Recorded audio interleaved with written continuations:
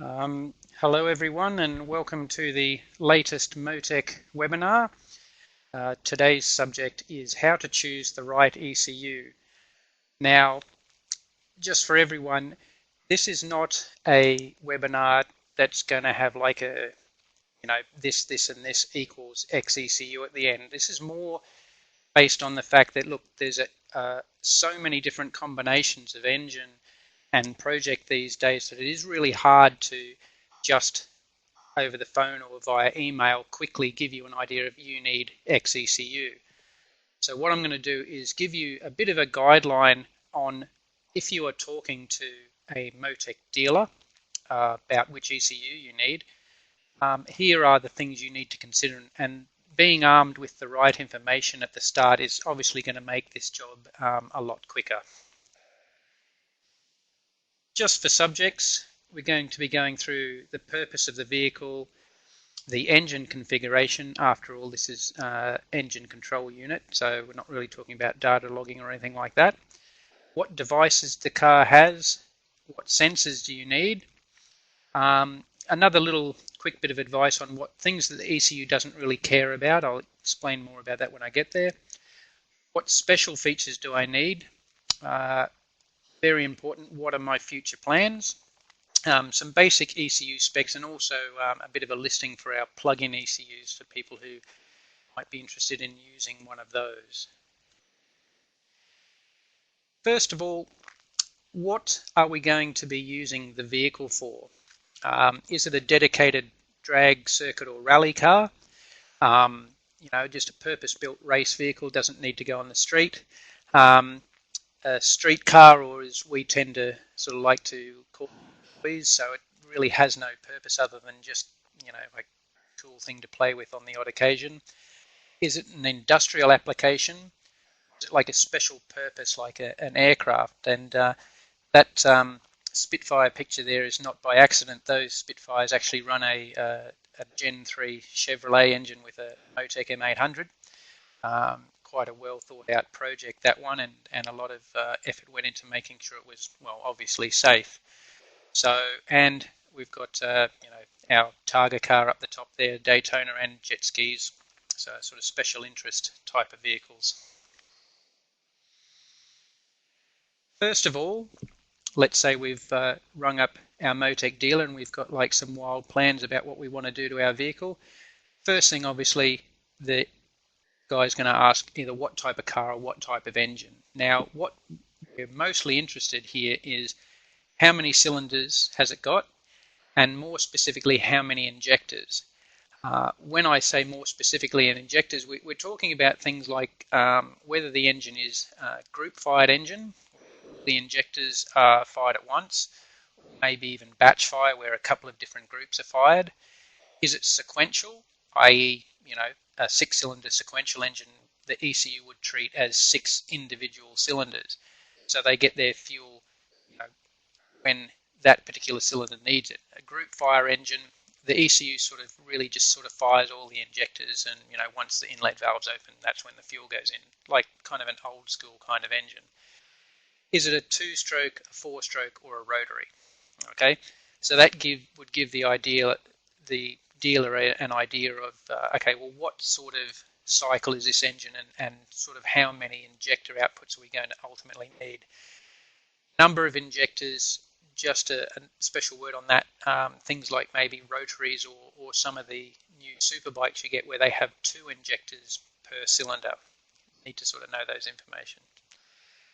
Number of ignition coils, you've got a few different options on ignition systems these days, and plus if we include things from the 90s and possibly earlier, where you have things like distributor engines, which only obviously have 1 coil, maybe even the Porsche, where they used to have 2 distributors, so that's 2 coils. Need to take that into account, even though it's a 6-cylinder engine.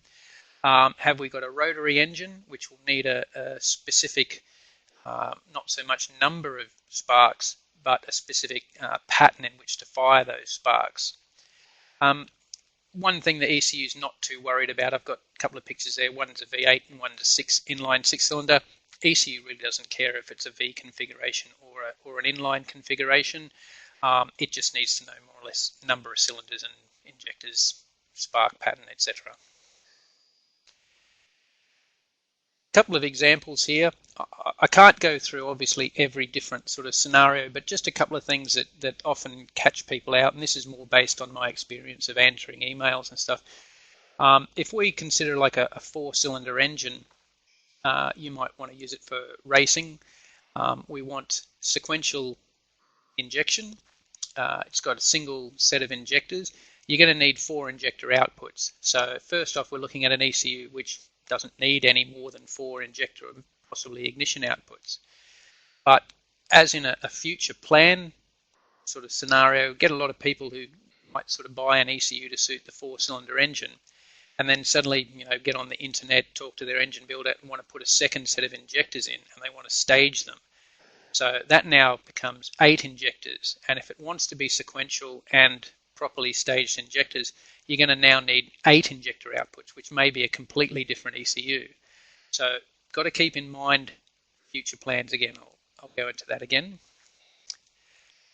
Another sort of example, just to keep in your head, is with rotaries. Rotary engines will generally always have 2 spark plugs per rotor, and generally as standard also they will have 2 injectors per rotor. So you just need to sort of remember that if it's a 2-rotor engine, got to think, well, it needs 4 injectors. Those injectors, generally speaking on a standard rotary engine, are sequential and they are staged, so that you need the 4 injector outputs. Luckily our smallest ECU has 4 injector outputs, so that's kind of covered. But once we get to the 3-rotor engine, you can see that instead of like a 4-cylinder ECU, it's 3-rotor, but we've got 2 injectors and 2 ignitions per rotor. So I mean, it suddenly doubles. So we now need 6 injector and 6 ignition. And another example, just as I mentioned sort of a bit before, some of the earlier Porsches had 2 distributors. So now it's 6 cylinders, 2 distributors. We need, realistically, we only really need 1 ignition output, because both those sparks are generally fired at exactly the same time. So you can split the 1 output to 2 distributors and have it all work. So you sort of get the picture that you really need to know exactly how the engine works. 9 times out of 10, obviously, you talk to a Motec dealer, maybe one who does a lot of earlier Porsches. They're going to know what you need. But again, as I said, the more information you have before you ring up, the quicker and easier this whole thing's going to go. When I talk about devices, this is sort of fairly general term for things like what extra devices on the car will this ECU have to run besides injectors and ignition. So most obvious type of things are thermofans, fuel pumps, boost controllers, idle control, cam control, shift lights, things like that. You have to sort of have an idea of how many of these things. And when I say for the fuel pumps, how many different stages, let's say we had 2 fuel pumps, but we wanted both of them on at exactly the same time. Well, that effectively, as far as the ECU is concerned, is only 1 fuel pump. So you could split that output again. So we don't necessarily need 2 outputs. You're welcome to if you want, but you don't necessarily need it. If we had them staged on at different times, so one was a reserved pump or a reserve tank or something like that, then you start needing to think, oh, well, I need them controlled differently, so 2 fuel pumps means definitely 2 outputs. So how many outputs does your ECU ultimately need to run what you have on your car? Now, just a couple more examples here. Once you sort of work out, okay, I've got X number of devices, you just have to be a little bit careful about how many individual outputs a certain device needs. Now, when we talk about drive-by-wire, a drive-by-wire motor actually needs 2 outputs. So as soon as we start thinking about one drive-by-wire, that's 2 outputs gone from our number of outputs we have available. Now, things like cam control, generally, current sort of systems will only need 1 output to run cam control. But if we want to talk about, I'll give an example like the earlier BMW M5 V8. It's got 4 variable cams. Now the earlier systems needed 2 outputs per camshaft. So that's suddenly, there we go, 8 outputs are needed just to run the cams on that engine. So you can sort of see that, it starts to sort of mount up when you start talking about fairly specialist sort of devices. Thermofans and fuel pumps, generally you'll run them off a relay. So you just need 1 output to run a relay. And then maybe, like I was saying previously, like you've got 2 fuel pumps, they both run at the same time. You just split the output from the relay, but it's still only 1 output from the ECU. Boost control, generally, as we've seen, like the boost control valves will only need sort of 1 output. Another sort of example that people may not be aware of is with idle control. Like if you're not using drive-by-wire, which would take care of your idle control as well, you would generally find they will have a solenoid or either a stepper motor. The stepper motors aren't too common these days, but solenoid generally needs 1 output. There are some that need 2, but a stepper motor needs 4. Okay, so if you think we had our BMW V8 with the 4 variable cams and a stepper motor, suddenly we need 12 outputs just to run a few of the parts, forgetting about fuel pumps and stuff. So that's when you sort of start having to be very aware of what you actually need to run to make this engine work, and then what ECU you need to choose to get all of those functions available. Sensors. Obviously, to run this engine, we're going to need some basic sensors. So things like manifold pressure, throttle position, engine temperature, and air temperature, they would be what I would consider like more or less the minimum to make an engine work and work well.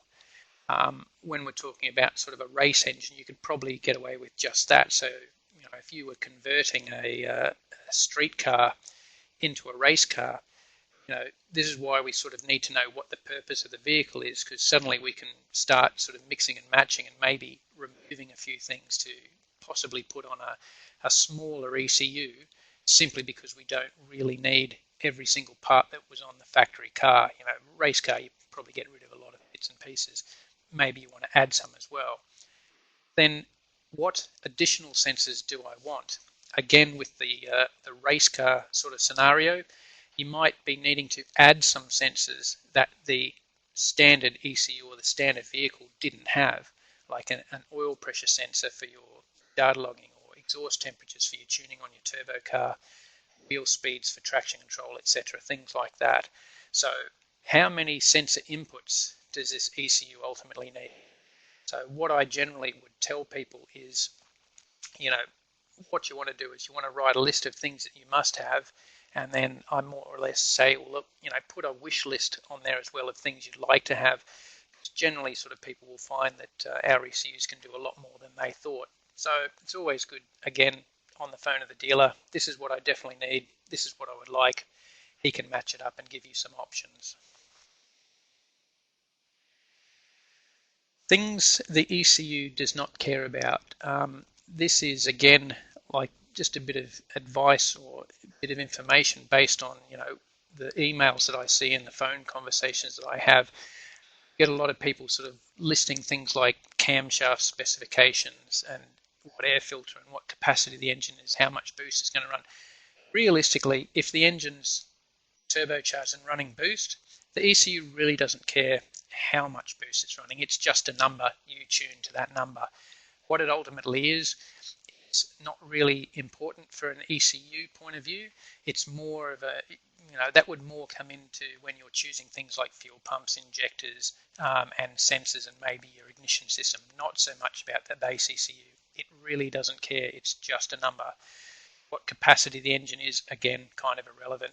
How big the camshaft is, again, fairly irrelevant, because you will be simply tuning the numbers to what the engine needs. Okay, all of our ECUs will do naturally aspirated engines, turbo or supercharged engines as standard. They'll even do sort of nitrous. So good to mention what that is. That's more out of curiosity than anything, but don't be worried. if you suddenly decide to turbocharge a naturally aspirated engine, you don't need to change the ECU as long as all your number of outputs, etc. fit. Special features. These are things that a lot of people probably don't think of, but let's just say they're non-standard functions and devices. So let's say we're going for a race car again, it's probably a most relevant scenario. Do we need things like traction control, gear change ignition cut, so the flat shift, anti-lag for our turbo cars, things like wideband lambda control, but full-time data logging, telemetry, nitrous, and other sort of features like that, stuff that wasn't on the car to begin with, that you might want to use because it's a racing situation. Down the bottom I've put specialized CAN communication. That's probably a bit of a reflection on the times at the moment, because a lot of these cars are coming in with the need for CAN input and output from the ECU to keep other devices happy. So it's a big thing you need to keep in mind, especially if you're maybe converting a more modern car to, say, just a bit of a track day car or a bit of a toy, as we would say. Do I need the ECU to keep the factory dashboard alive, or factory stability control, or something along those lines? Things might need to be modified, or we might have a way around it with the CAN communications. Future plans. I think this is probably one of the biggest areas that people don't really consider, especially when they are setting themselves maybe a budget, or quite simply, I'm afraid, looking for the cheapest possible solution to what they want to do. Always remember what you might want to do in the future. I've had numerous people over the years where they've bought pretty much based on price, so effectively the smallest ECU they could get away with, and the next year they've been talking to their friends and they say, oh, staged injections is the way to go. They'll ring up and ask how to set it up. We'll ask a few questions and suddenly say, well, that ECU won't do that. And then the only sort of real option is either to compromise their plans or sell it and buy a bigger ECU. Staged injection is probably a pretty good example of this, where you bought a 4-cylinder ECU, suddenly you need proper staged sequential injection. It needs an 8-cylinder ECU on your 4-cylinder engine, so don't forget about these. Especially I find with some of the projects where people are doing a lot of development, so they've got one engine package at the moment, but they plan on doing, adding turbos, nitrous, it's going to be a drag car, it's going to be a drift car, or whatever. What are you going to be doing it in the future, and how is that going to impact on the ECU? And again, realistically, kind of forget about the price. If you know what you want to do, we can sell you an ECU to do it, and it's a certain price. Do some research. It's always a good thing. Most of these brilliant ideas are usually come up with well after the fact, after you've been talking to friends or on forums, or even Google search, which is a brilliant thing. So again, when you're choosing an ECU, now remember this is a fairly expensive item, so you don't want to have to do it multiple times. Work out what you want and what your future plans are and what best fits your needs. So, get the information and then approach the dealer.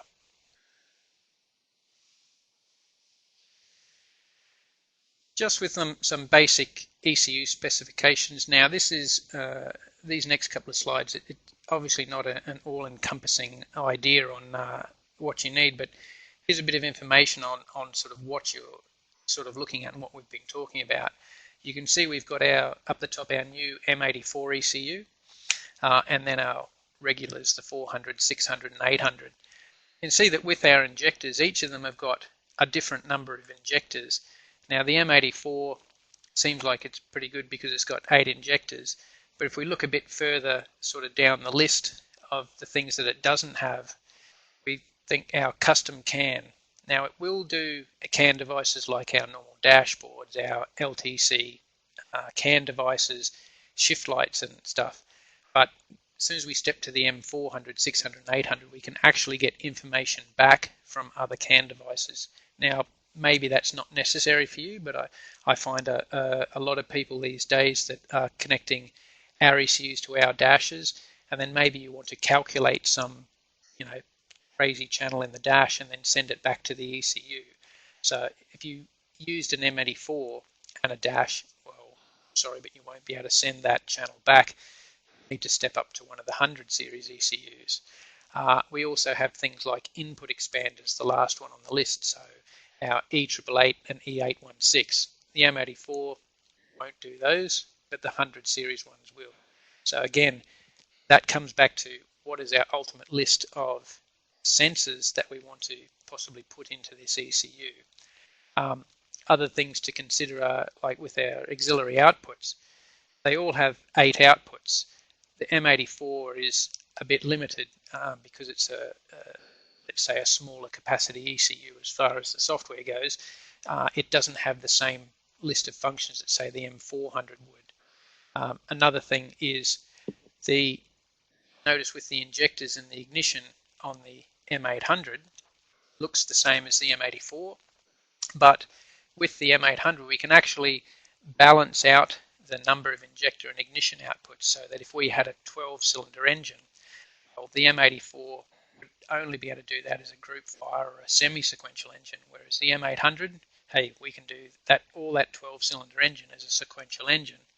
But let's have a look in the ignition. We sort of rob some of the ignition outputs to make extra injector outputs. So again, you're going to have to take that into account of what ignition system would we want to run on this 12-cylinder engine. So you can sort of see with various combinations of engines, it's not quite as simple as me simply saying, okay, M400 is a 4-cylinder, M600 is a 6-cylinder, etc. You're going to have to understand exactly what you want to do and how this engine works. For auxiliary outputs, you'll see my double asterisk next to the M800. The M800 has a bit of an extra feature which is quite useful, in that if we are not using all of the injector and all of the ignition outputs, we can actually use those unused pins as extra auxiliary outputs. So if I've got 8 auxiliary outputs and I'm only running a 4-cylinder engine, that means I've got 4 injector outputs sitting there doing nothing. I can use them as auxiliary outputs.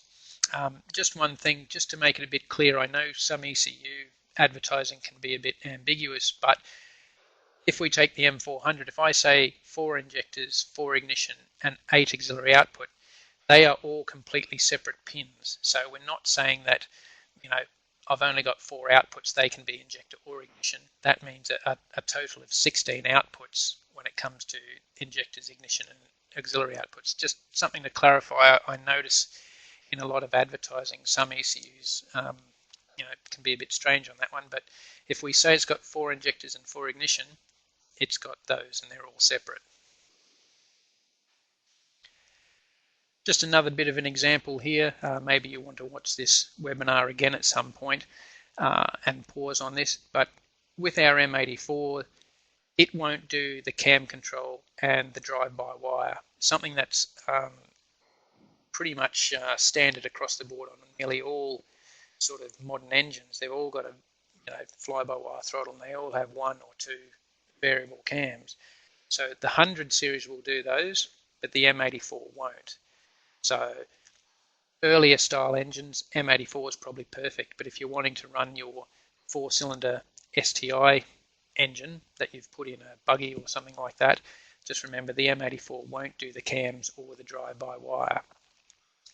But looking further down the list, things like boost control, 2-stroke, 4-stroke, and rotary, all of the ECUs basically do the same thing. But remembering previously, we just got to work out how many injectors and how many ignition outputs we ultimately need. And finally, for people who are interested, we have what's called OEMs, and we also have our PWC, personal watercraft, jet ski, whatever, kits. So what we say about our OEMs is for the Evos and the STI cars, and this is mainly for a Group N rally application, we've got an ECU that plugs directly in, fits in the standard case. Okay, they've been designed to fit in with the Group N rules, but say if you've got another track day car, which is a Evo 9 or something like that, the quickest and simplest thing to do, even though it's not a Group N car, is just buy one of our OEMs. It will quite literally plug straight in, no modifications, nothing necessary from that point of view. With our jet ski kits, and if you look at the picture to the right there, we've more or less taken our standard gold box ECU, as we call them, and we've got a specific adapter loom, a couple of little add-ons for the security and the dashboard parts for the jet skis, and you can buy a kit which, again, essentially plugs straight into those Yamaha, Sea-Doo, Kawasaki's and the Hydraspace. So you buy a brand new jet ski or maybe a second-hand one. These will again plug straight in, unplug the old ECU, plug this in, and away you go. Maybe a couple of extra notes on those. Just remember that these plug-in kits are designed for standard vehicle features. So effectively what they do is they plug in and run, say, your Evo 9 as a standard car. Now, with the OEMs, if you start wanting to modify these cars and maybe putting in a second set of injectors, I know some of the Cosworth options for the Evos or the Subarus have dual stage injection. If you're using an OEM, it's not a good idea to modify these at all. The little internal circuitry is designed for specific functions. They're based on an M800, which is an 8-cylinder ECU. Those 4 other injector outputs not used in the standard car are used for other features. So let's say that the tracks in the circuit board aren't really designed to run an injector. So you've got your Evo 9, buy an engine that has staged injectors, you're probably better off buying a normal gold box ECU and making or having made an adapter loom to suit your application. Again, for your future plans. With the PWC looms, again, you can see just down the picture there, it's fairly easy to modify those. Obviously get this done through a dealer or someone who knows what they're doing. We have a lot of these kits being used on just straight out race jet skis with modified engines, etc. So they put extra things on there, like maybe your GPS, which will go straight into all of our ECUs. Add some wiring in for those, or maybe extra sensors. So they're quite easy. But again, the OEMs, it's not really a good idea to modify the way they work. It is possible, yes, but I would seek some trained advice maybe, or if you're going to modify those STIs or the Evos a lot, probably an idea to consider a gold box and adapter loom.